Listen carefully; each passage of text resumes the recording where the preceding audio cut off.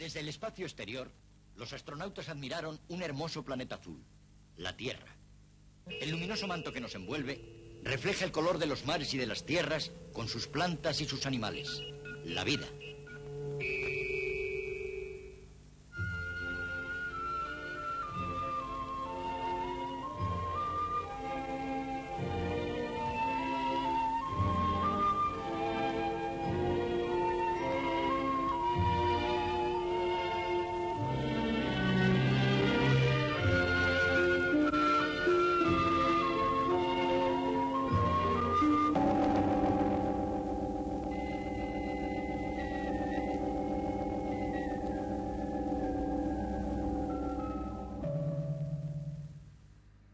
Señoras y señores, buenas tardes.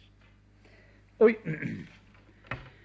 que es una tarde de verano, no es naturalmente descubrir nada nuevo, pero hay tardes en las que apetece más una historia, contar algo entrañable, dedicado sobre todo a los niños, aunque también a sus padres y a sus abuelos, como un cuento, una historia, algo que nos permita seguir en la languidez, en el dolce far niente de una tarde de verano, sin meternos en grandes problemas ecológicos ni en grandes problemas biológicos. Será la historia de un niño que vive en un bosque, pero no hay que olvidar que el niño vive en un bosque. Será la historia de unos animales que comparten el bosque con el niño. Será la historia de unos corzos, que son quizá las criaturas más frágiles y delicadas del bosque. Será la historia de una perra de caza, que pertenece al padre del niño. Será la historia de la felicidad que produce a los seres humanos vivir en un bosque. Pero, ¿dónde hay bosques? Si vamos por ahí con nuestros coches y está todo lleno de gente, los bosques cada vez son menores, cada vez hay más cortas de madera, cada vez hay más explotaciones, el sentido práctico, el desarrollo nos impulsa a ir transformando los bosques. No, hay grandes repoblaciones, se están creando bosques, se están fabricando bosques, pero no son bosques. El bosque auténtico, el bosque equilibrado, el bosque como unidad de vida, el bosque que alberga criaturas en cantidades perfectamente unidas unas a otras a través de los eslabones de la cadena ecológica, el bosque de hojas caedizas, el bosque caducifolio, el bosque que no es rentable en madera ni en resina, el bosque que es muy difícil de reconstruir porque esos árboles crecen muy despacio, cada vez es más pequeño, cada vez hay menos. Cada vez podemos encontrarles en sitios más difíciles. Las hayas, que vibran bajo la caricia de la brisa como las cuerdas de un viejo violín. Los robles, que están llenos en sus troncos y en sus hojas de historias de héroes germánicos. Los castaños, los árboles opulentos, frescos, sonoros, cantarines, los árboles que nacen cada primavera en su follaje y se mueren gloriosamente cada otoño en sus oros y en sus púrpuras, los árboles de hoja caediza cada vez son menos. Les cortamos y en su lugar ponemos árboles de hoja caduca, perpetua, pinos, eucaliptos, árboles más rentables, pero más fríos, menos hermosos, menos misteriosos, menos biogénicos para los animales. Por eso, cuando ahora conmigo paseen por el bosque, en un cuento que transcurre en Europa Central, cuando ahora veamos al niño que yo dedico a los niños españoles para que vean lo que es un bosque, no olviden que un bosque no son filas de árboles en formación militar que están allí para producir madera o resina u otras sustancias rentables. El bosque auténtico son los árboles como Dios les puso, desordenadamente ordenados, mezclados con arbustos, rodeados de los cadáveres de los gigantes que abatió el rayo, dando sombra a su vez a los pequeños hijos de estos árboles que buscan la luz y que quieren perpetuarse en esa unidad fantástica, maravillosa, que se llama el bosque de hoja caduca, el bosque caducifolio, el sitio a donde todos queremos ir cuando hace calor y cuando atravesamos, por ejemplo, la penosa, la abierta, la calcinada meseta castellana. Vamos al cuento y al bosque caducifolio. Un niño tenía un padre pescador. Un niño acompaña a su padre a las riberas del Danubio para coger peces. Y el niño, en unas imágenes que si fueran en color llenarían su espíritu de bienaventuranza y de descanso en esta tarde de verano, camina por el bosque. Para el niño el bosque, es el lugar de los árboles, del canto de los pájaros, el lugar del frescor y del corzo, que ha escapado sorprendido por el niño y que ha dejado a sus dos pequeños corcitos. El niño, como todos los niños del mundo, quiere a los animales, le gustan los animales, aunque quizá luego alguien le enseñe a matar a los animales. Pero por instinto, innatamente, al niño le gusta asombrarse ante la presencia de un animal. ¡Qué bonito! ¡Qué suave! Tiene los ojos de cristal. ¡Qué bien huele! ¡Qué miedo tiene! Me voy a llevar uno a mi casa. Este sí que va a ser un buen amigo mío. Verdaderamente su madre no se va a enterar porque la dejo otro pequeño, un hermanito. Pero yo me quiero llevar este corzo a mi casa para que viva conmigo. Y la corza, la linda, la femenina, la frágil corza, ha visto como el hombre, como el cachorro de hombre, como el aprendiz depredador vertical, la ha robado un pequeño. Y la corza tiembla, tiene miedo, no quiere volver al sitio donde el hombre, aunque en este caso fuera un hombrecito, un niño, ha puesto el pie.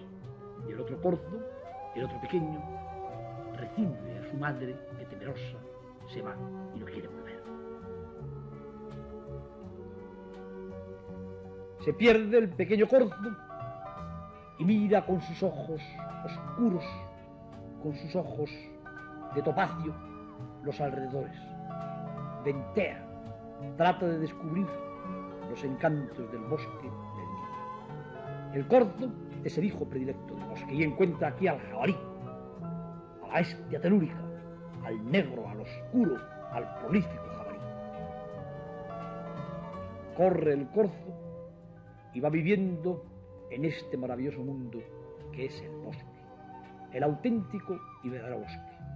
Bosque con grandes troncos en los cuales se pueden cobijar los animales salvajes, como esa camada de gatitos que están ahí, al pie mismo de lo que en su día puede ser una presa para ellos.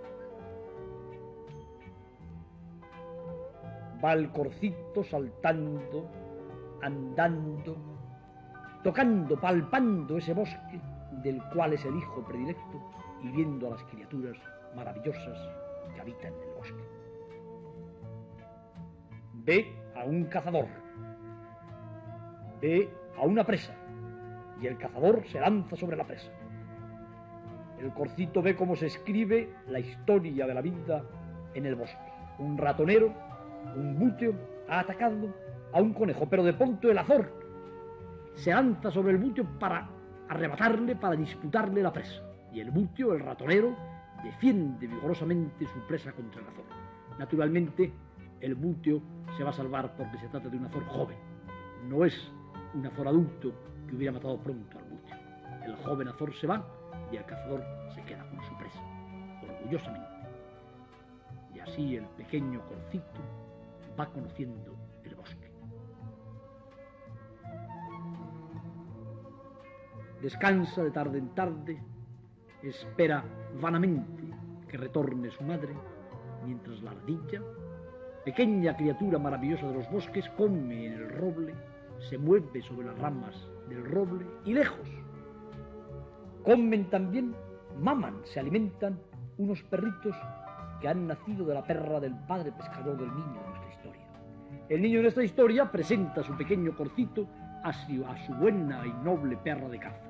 Y la perra de caza, buena y noble como todos los perros del mundo, admite al pequeño corzo, le deja que mame, le deja que llene su boca con la dulce y caliente leche que emana de su cuerpo y que el animalillo vaya creciendo.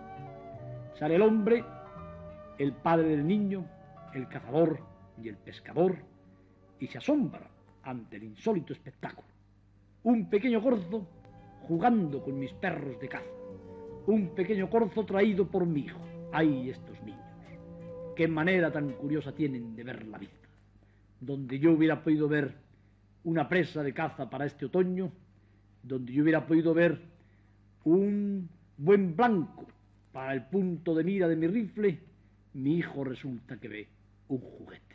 Un corzo pequeño, moteado, de ojos de cristal, de hocico de porcelana, que trae a mi casa y que trata de que sea adoptado ni más ni menos que por mi perra de caza, por la que me acompaña cuando voy al campo a matar corzos. Pero las imágenes nos seguirán contando más cosas sobre esta enternecedora historia que transcurre en un bosque caducifolio de Europa central. ¿Qué juguete tan maravilloso para un niño? Un bosque. En un bosque hay tantas criaturas. Yo diría que qué hábitat tan maravilloso para un niño, un bosque. Miren cómo ha levantado la tapa de una vieja estufa y había ahí un nido de pajarillos. Qué ventura la de esta criatura que vive en el bosque, lejos de las programadas, planificadas y estructuradas infancias del hombre civilizado que poco a poco le van transformando en una especie de futuro infarto de miocardio o de futuro cáncer. El niño del bosque, estimulado por los vientos frescos, viendo los pajarillos que anidan en la tierra como los aláudidos, andando por el campo se olvida de que su perra se ha ido como movida por un extraño resorte para buscar el otro corzo, el corcito que había quedado solo, y como está acostumbrada al olor del corzo prohijado, inmediatamente lo acepta como si fuera un hijo suyo. ¡Qué asombro el del cazador, el del padre del niño, cuando compruebe que no solamente hay un corzo en casa, sino que hay dos! Pero qué asombro el suyo y el de todos los hombres maduros, prácticos nosotros, utilitarios nosotros, trabajados quizá excesivamente nosotros, que no podemos ver como ven los niños, que un corzo puede ser el más maravilloso de los juguetes para un verano. Un corzo y una perra que se ha ido al campo a buscar a su hermanito.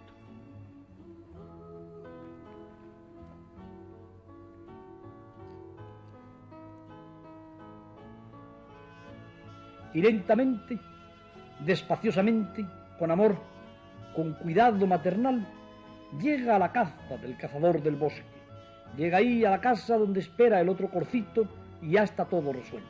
El corzo abandonado por su madre tendrá una nodriza, tendrá una madre adoptiva y tendrá también un amigo, el niño, el hijo del cazador, que ahora, solo, pero más acompañado que nadie, por el canto de la brisa, por el corzo, por el perro, por los miles de pájaros del bosque, está ahí, en un sitio donde él seguramente no se da cuenta de que reside la paz y de que vive el paraíso.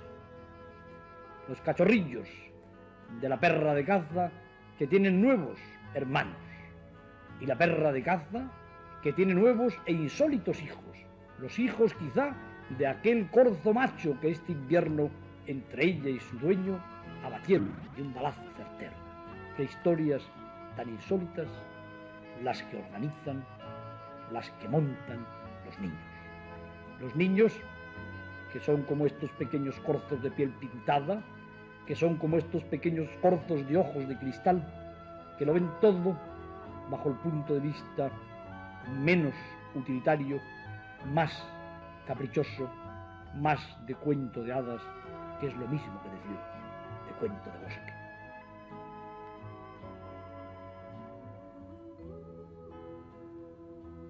Y cuando el niño se va al campo, cuando el niño atraviesa el gran bosque para ir al pueblo, para ir a la escuela, sus amigos los corzos me siguen. Es un extraño e insólito grupo.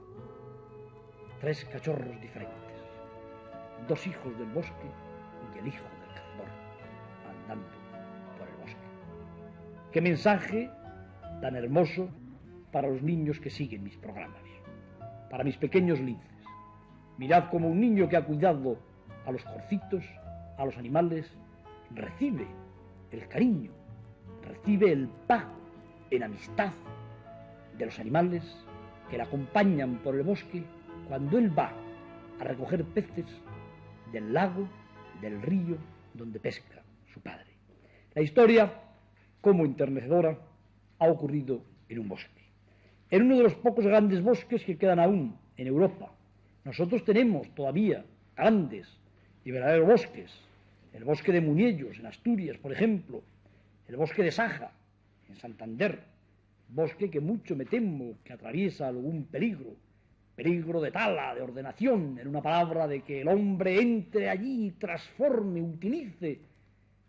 La época del utilitarismo es terrible para los cuentos de corzos y de niños. La época del desarrollo a toda costa es terrible para las historias que se escriben en los ojos oscuros, profundos de los niños y de los pequeños corzos. Pero, como realmente no vamos a circunscribirnos en todo nuestro relato a la historia del corzo y del niño, como verdaderamente estamos aquí para algo más, yo querría que obtuviéramos una especie de mensaje a través de lo que no ha constituido más que el telón de fondo en la historia del niño, que ha sido el bosque de hoja caediza o bosque caducifolio. Miren ustedes, en este mapa que aparece en la lámina, nos encontramos en negro el área ocupada por el bosque de hoja caediza, por el bosque caducifolio.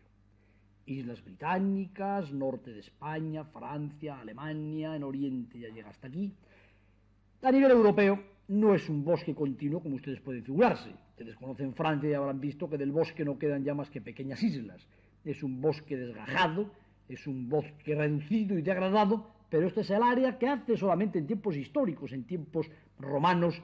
Esto era el gran bosque herciano, la gran selva herciana. Ocupaban el bosque caducifolio impenetrable como el que han visto en el niño. En Norteamérica, toda esta zona occidental, está ocupada por el bosque caducifolio también. En rojo, por encima del bosque caducifolio, está el bosque de coníferas, que recibe el nombre de taiga. Miren ustedes el bosque de coníferas por encima del bosque caducifolio. Y miren la extensión que ocupan ambos bosques en Europa y Norteamérica, en la región holártica. ¿Qué diferencia hay entre el bosque de coníferas y el bosque caducifolio? Pues muchas diferencias. Esto sería tema para que un botánico escribiera toda una monografía o incluso una enciclopedia de varios tomos. Pero lo cierto es que la diferencia más aparente, la que más llama la atención del profano, es que el bosque de hoja caediza, el bosque deciduo, cambia de aspecto con el paso de las estaciones, mientras que el bosque de hojas permanentes, de hojas, de agujas, de coníferas, está siempre aparentemente igual. Soporta las primaveras, los veranos, los otoños y los inviernos, vestido con su negro y con su oscuro ropaje. Para un ecólogo, las diferencias son más profundas que estas que estriban en perder las hojas o no perderlas y que estas que estriban en los colores. Por ejemplo, la fauna del bosque caducifolio es más rica, más variada. El bosque de hoja caediza es una madre, yo diría que más fértil, más amorosa de sus hijos. El pinar, el bosque de coníferas, es más frío. Es cierto que también tiene vida, pero si se le priva del sotobosque, si se le priva de algunas de las plantas caedizas que viven a su amparo, se transforma en una especie de templo infinito, como esas taigas de Rusia y de Siberia, silenciosas, tremendas, donde viven criaturas muy especializadas y donde ciertamente el hombre no encuentra la misma felicidad que en el bosque caducifolio. Miren ustedes, en esta lámina un corte ecológico de las criaturas que viven en el bosque caducifolio. Miren cómo en el bosque caducifolio los animales se estratifican, viven y prosperan a distintos niveles. Vamos a ver, por ejemplo, simplemente los mamíferos. Y miren cómo entre los mamíferos hay mamíferos que se nutren en el estrato más bajo, que comen hierba, como en este caso el ciervo. Hay mamíferos que se nutren en el estrato superior de los arbustos, como el corzo, que come hojas. Hay mamíferos que prosperan ya en el alto estrato de los árboles, como las ardillas, que comen toda la suerte de nueces y de bayas y de frutos del bosque, y como las martas, que cazan a las ardillas.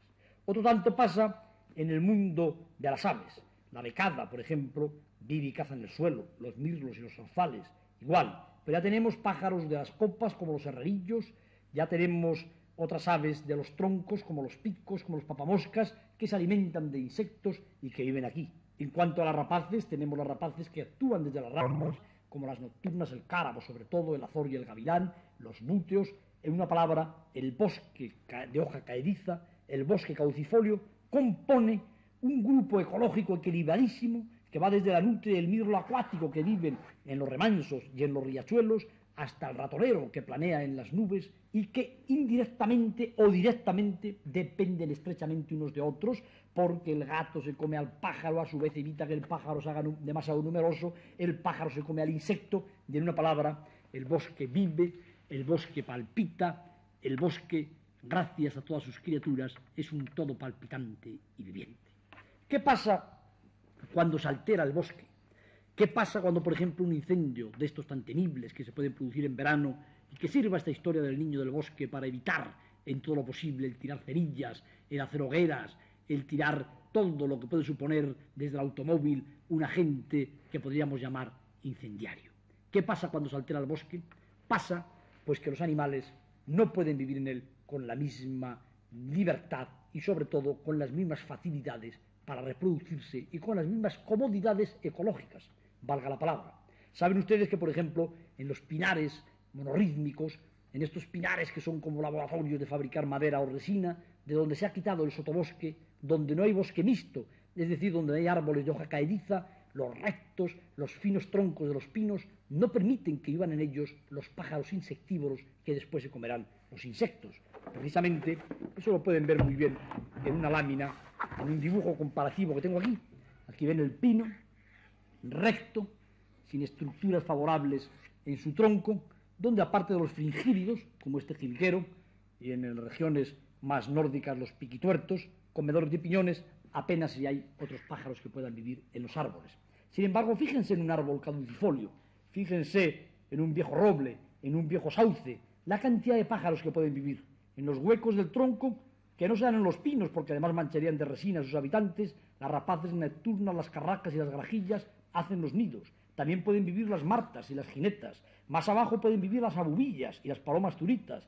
Y en este otro, que es como un tubo ya reseco, pueden vivir los herrerillos, los carboneros, los trepadores, los corrirojos, los petirrojos. Miren los picos, que taladran sus nidos en el tronco, los agateadores, los herrerillos que viven más arriba. En una palabra, el árbol de hoja caediza es como una prolífica, como una tierna y una maravillosa madre para las criaturas que viven en esta zona. Por eso, yo aconsejaría mucho a las personas que me escuchan y que radican y que tienen algo que ver en la administración de regiones españolas donde quedan todavía árboles de hoja caediza, que antes de aceptar planes para acabar con esos árboles y sustituirles por eucaliptus o sustituirles por coníferas, lo piensen bien. Que dejen al menos islas del bosque antiguo, del bosque primigenio. Que no talen jamás a matarrasa. Que no transformen un medio que ya nunca más podremos volver a recrear, porque esto es muy difícil. Que el bosque antiguo, que el bosque del niño y del corzo, no solamente es el más romántico y el más hermoso de los bosques, sino que es el mayor amigo de ese otro bosque de la madera y de la resina. Porque cuando se mezclan los dos tipos de bosques, los pájaros insectívoros encuentran dónde anidar para ir luego a comerse la procesionaria y para ir a comerse los insectos enemigos del bosque laboratorio, del bosque fábrica. Por eso, en los bosques fábrica hay que colocar esas cajitas anidaderas, porque los pájaros no tienen dónde anidar. queridos niños, amigos míos, y también ustedes que pueden a lo mejor tener en ese monte de su pueblo, que pueden tener en esa dehesa unos cuantos sauces, robles, quién sabe, no corten los árboles si verdaderamente no lo necesitan. No vayan privando a la piel, a la vieja y torturada piel de España, de una sombra más. No dejen a unas docenas de pájaros sin casa para sacar adelante a los pequeños en la próxima primavera y sin cobijo para resguardarse en las heladas y en los fríos del invierno. Acuérdense del niño del bosque de Europa Central. Buenas tardes.